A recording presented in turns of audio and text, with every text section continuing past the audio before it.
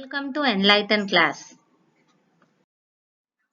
நம்மளுடைய English language லேர்னிங்ல daily நம்ம கொஞ்சம் கொஞ்சமா சில விஷயங்கள் கத்துக்கிட்டு வர்றோம். இன்னைக்கும் நாம ஒரு 4 questions, அந்த 4 questionsையும் a little confusing questionsனு சொல்லுவோம். இங்கிலீஷ்ல ரொம்ப முக்கியமானது.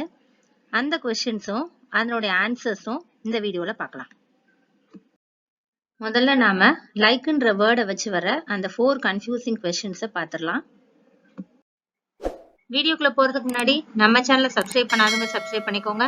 கூடவே பக்கத்துல இருக்க பெல் ஐகானையும் கிளிக் பண்ணிக்கோங்க. First question, what do you like?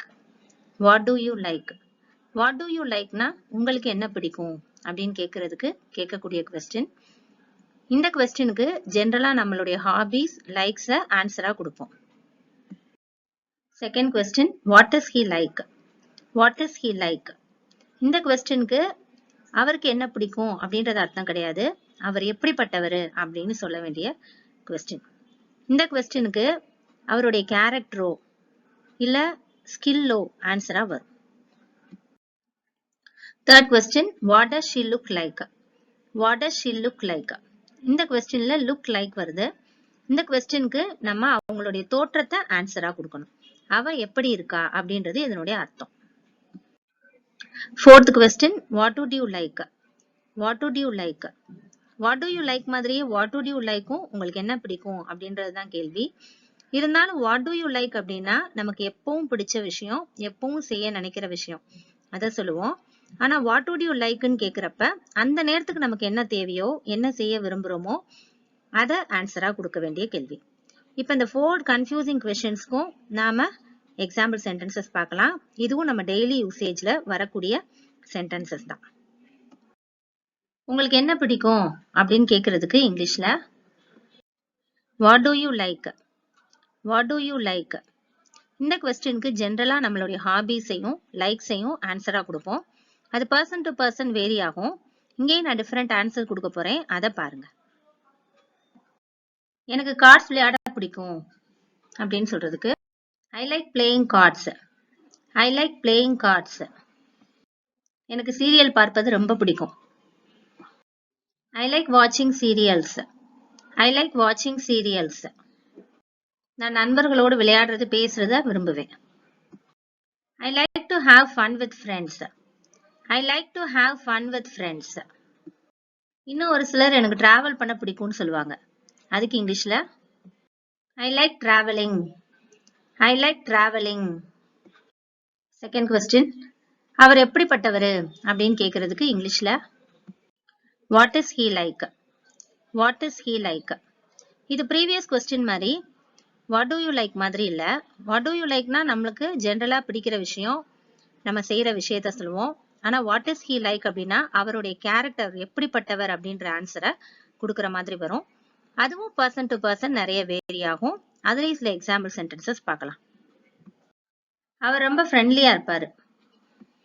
He is very friendly. He is very friendly. உண்மையில அவர் புத்திசாலி. He is really intelligent. He is really intelligent.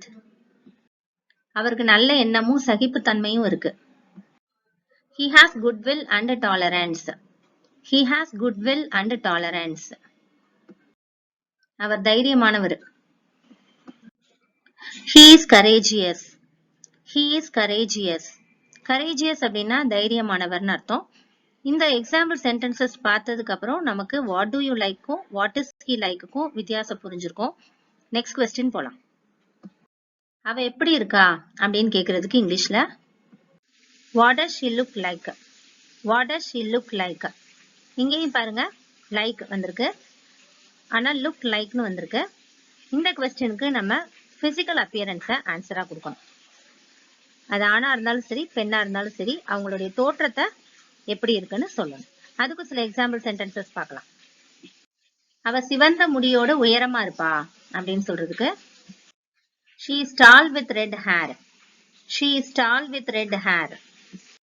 அவ ஒல்லியாவும் அழகாவும் இருப்பா அப்படின்னு சொல்லணும்னா she is fair and thin. She is fair and thin. அவ இளமையாகவும் கருப்பாகவும் இருக்கா அப்படின்னு சொல்லணும்னா